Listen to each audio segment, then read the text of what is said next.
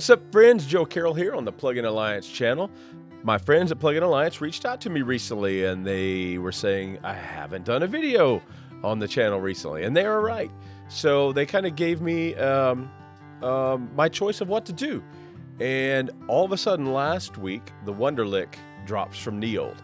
And I thought, gosh, NEOLD is, first of all, I got to get my hands on it to demo it. But they're also one of my favorite branches within the Plug-in Alliance community.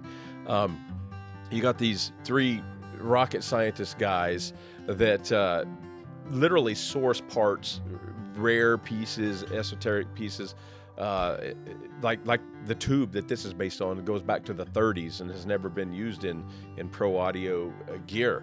And it's blue. So all that to say, their minds just seem to work in a different way and come up with very analog focused tools that do very specific, cool things to our tracks. And so I just thought it'd be fun to kind of focus on them and what they do, and especially this new product here, the WUNDERLICH. I'm not going to get too deep into detail about this because they've dropped some other videos that are kind of walkthroughs and overviews, and that we won't bother with that. But we have a drive section here where we can get a lot of aggression and distortion.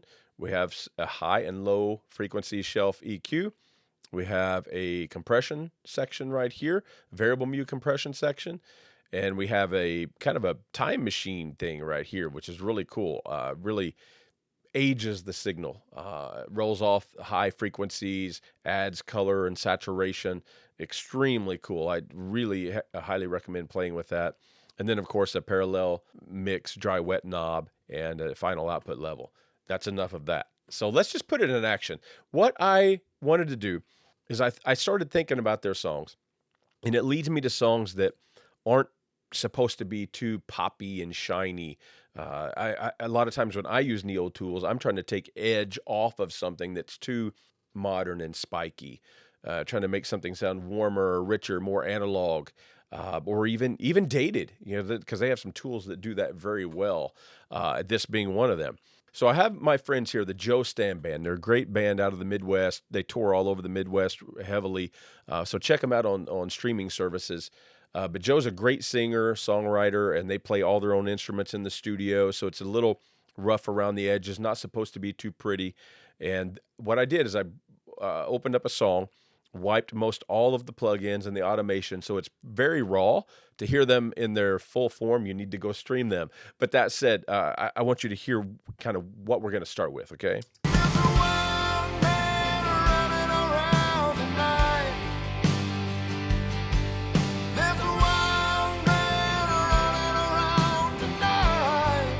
Great. Just muscle vocals. I love it. That said, there's nothing going on yet. So we definitely need a little stereo bus compression. That'd be one of the first things we would do. So let's just bring WUNDERLICH up and give it a shot. So I must admit, while the camera guy was getting set up and getting the lighting and everything, I was kind of playing around a little bit. And I found this preset up here under 2-bus that's called Finisher, I believe was the one. And it just instantly did the thing. Right? So I'm going to bypass and then unbypass it in real time so you can hear it before and after.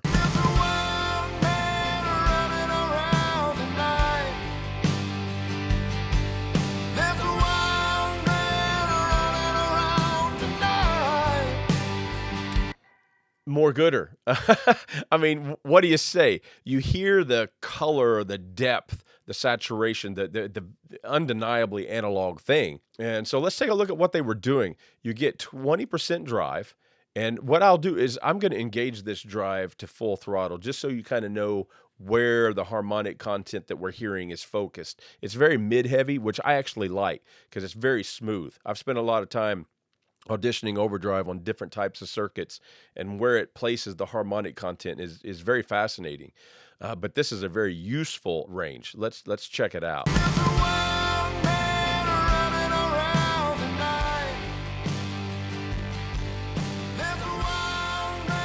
Even in its heaviest form, it's not ugly and unattractive. I mean, that's something we could really use on drums, bass, so many things. But that said, let's kind of take it back to where it was at about 20%, and you will see the compression was getting 1 to 2 dB, just very common stereo bus technique stuff. And we do have a little bit of high shelf and low shelf gained up here. Now you'll see this is not, these numbers go by ear. Don't look at them as decibels because they're not. Full throttle here, this is about 8 dB of gain, and full reduction is about 4 dB of reduction.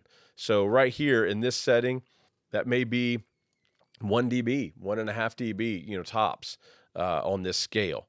So just use your ears and set it accordingly. And that said, let's do that one more time because I think that was pretty doggone effective.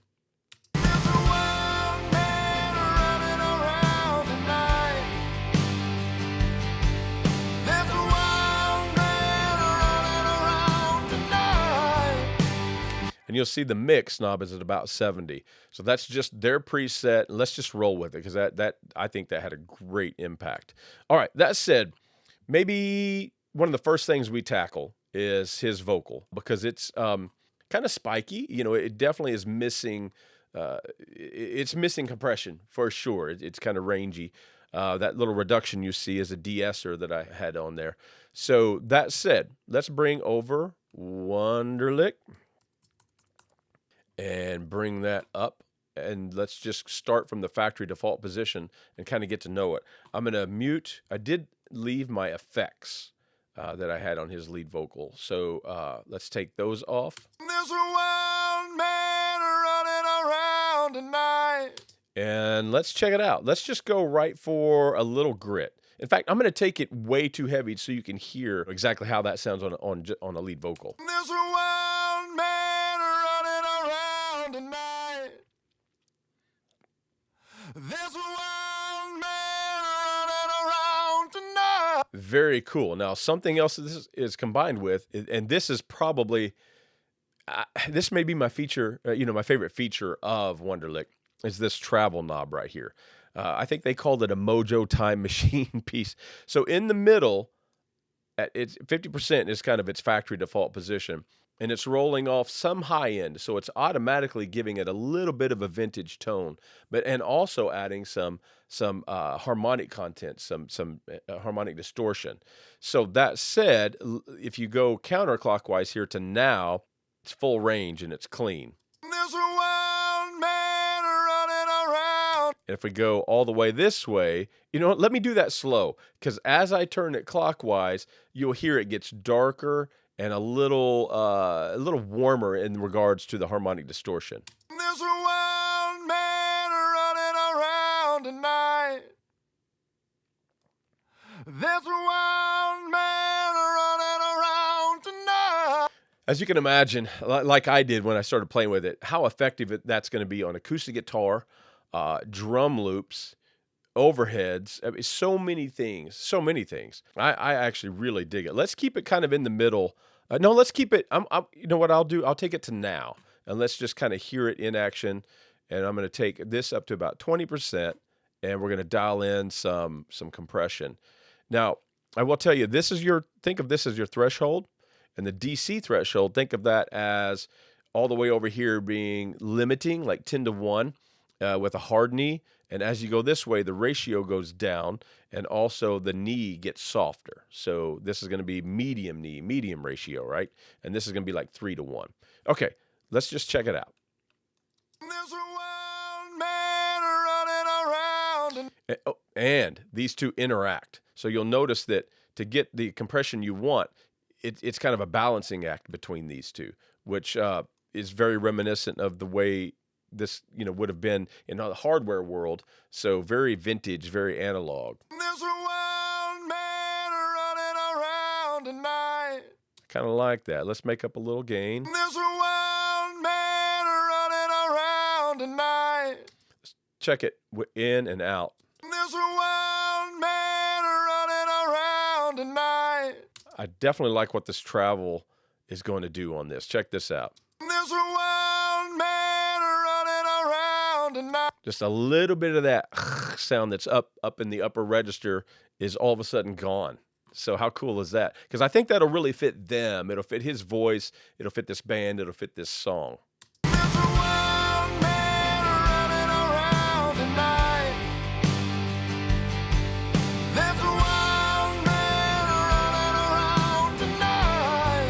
Yeah, and I'm going to check out, I think it's this second verse here. The pacing of the words is kind of fast, and that was where I was really losing some stuff. So I'm going to check out my settings. Hollow faces and a wide open waterless waste in the God-forsaken. Yeah, so like God forsaken, that word really jumped out. Let's see what we're going to do here. Hollow faces and a wide open waterless waste in the God-forsaken. Let's try it on fast. Hollow faces and a wide open waterless waste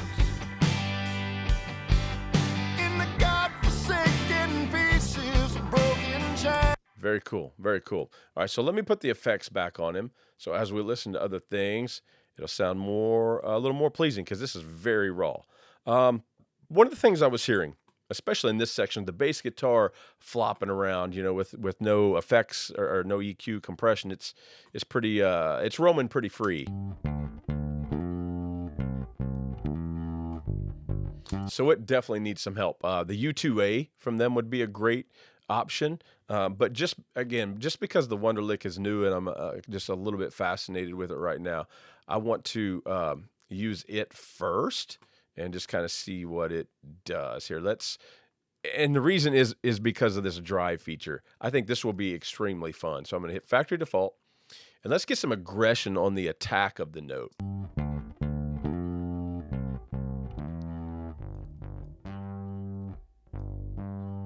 That would be fun by itself, just to blend in with the mix knob. Very cool. All right, so let's back that down. Now let's dial in some compression. Let's stick with medium. Let's go to a little bit lower ratio, softer knee.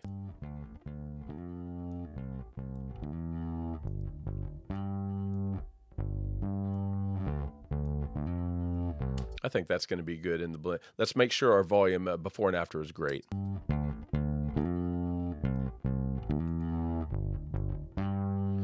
The aggression of the drive here is really going to go a long way into making it cut through the mix. Let's mute the lead vocals. I'll have Wunderlich up on the screen so you can see when I'm bypass and when I'm not. And let's make sure we have the bass up just a little bit.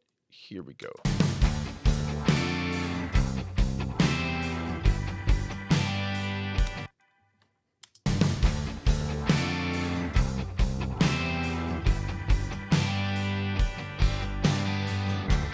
Okay, obviously I have a tighter, more controlled bottom end. It's not quite as free. Beyond that, it's the attack, the distortion of this drive feature right here that's really going a long way into making the bass part kind of sing. It's resonating with me even at a lower volume. I hear the notes. Let's check that out one more time.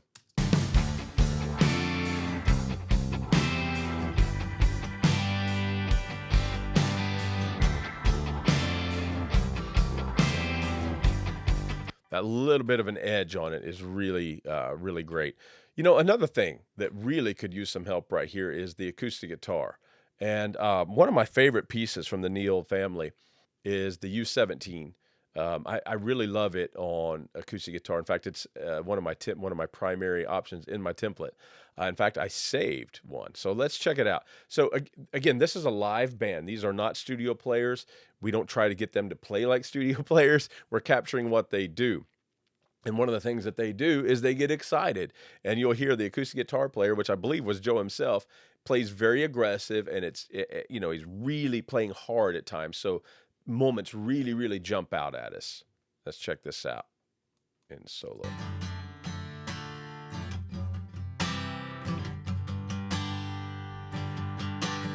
Okay, that's pretty aggressive. One of the things we need to do is back that down a little bit and get a little bit of a lid on it so we can hear the guitar consistently without moments where it's punching us in the face a little bit and competing with his lead vocal. So check this out. Check out my preset here.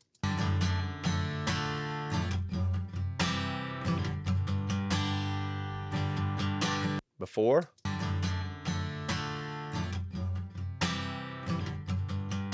Especially that second boom, boom, bam, and now with it.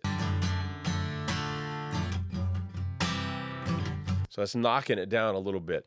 Now, one really cool thing about U17 It's got a sidechain filter that you can monitor here that lets you know exactly what the compressor is focusing on. Check this out. But between shape and frequency, with this engaged, I'm hearing what the compressor is going to hear to determine its compression.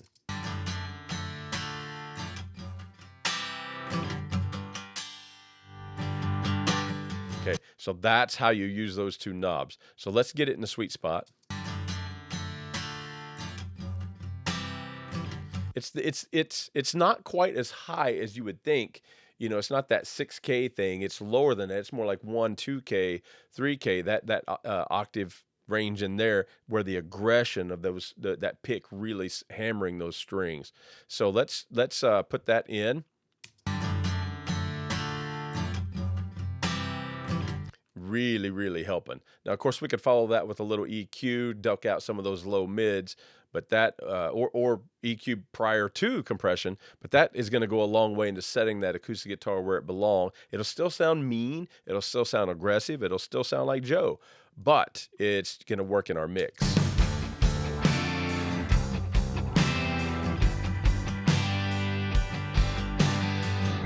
Very cool. All right, what else would I do? Man, there's so many things I would do. Let's try drum rooms here, and let's do.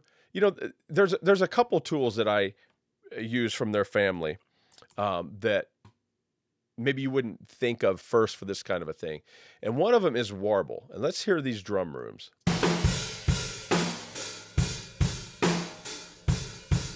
Nothing special at all. Just, I mean, it's a good sounding room. Not very much compression, so it needs a lot of treatment to be aggressive.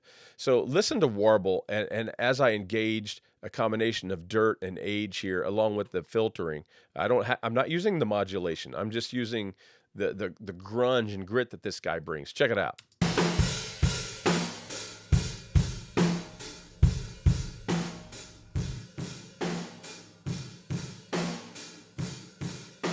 Before and after.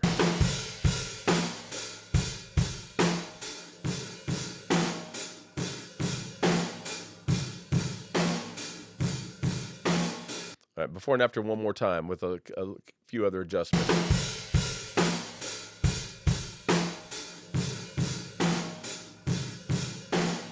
It's a really cool box. I don't think it's right. It's not exactly right what I would do here for this one, but it's nonetheless extremely cool. Let's stick with just a compressor. And they have the U2A, which I use a lot on background vocals and bass guitar. But they have this U17 here, as we saw on the acoustic, that can be really explosive. It can be very fast.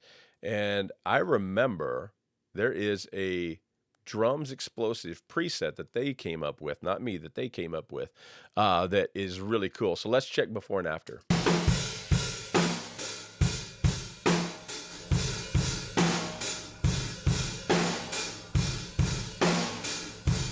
That's pretty cool, right? I mean, aptly named explosive. So let's keep that in there, and let's just get the drums in the right spot here.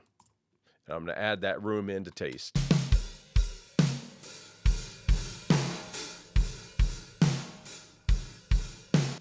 All right, very cool. What else would I do? Gosh, it's hard to know. Maybe the overheads. Let's try the overheads. And what we will do here, there's several things in the NEOLD family that would really work well. But you know what? Let's Big Al. That's another one. But I'm going to run out of time. So let's use Wunderlich since that's the new guy. And check it out. Here we go. We're going to start with the factory default.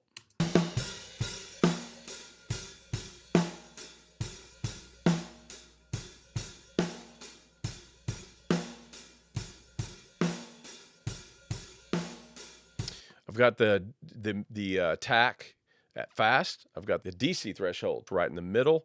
So that means it's a medium attack or ratio. It's a medium ratio setting and a medium knee. And let's play with the travel knob.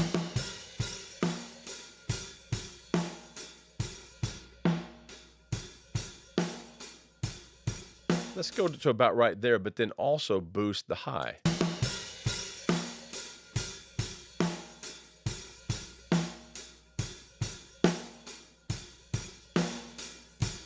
going to get even a little more compression.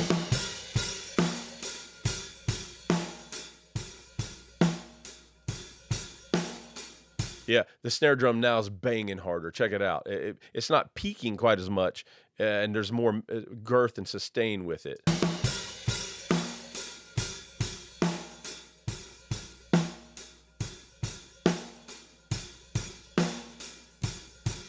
Definitely more exciting, a little more urgency with only 1.5 dB of compression. So let's put that in the drum sound, and let's put it up to taste.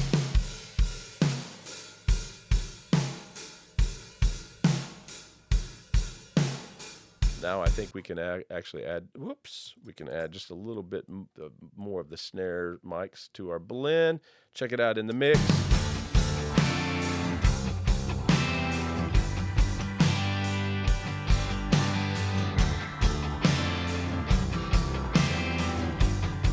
Very cool. There's so many other things I could do. I could put them on the electric guitars. The V76, which was their very first product, is a real favorite of mine for trimming. In fact, let's just bring it up so you guys can see it. The V76 is a favorite of mine for taking things that are a little hard, a little too digital, a little too spiky, and using the tube, the preamp, as well as the high-pass, low-pass filters and the compressor, which is a rare compressor, the U73. I've never even seen one in real.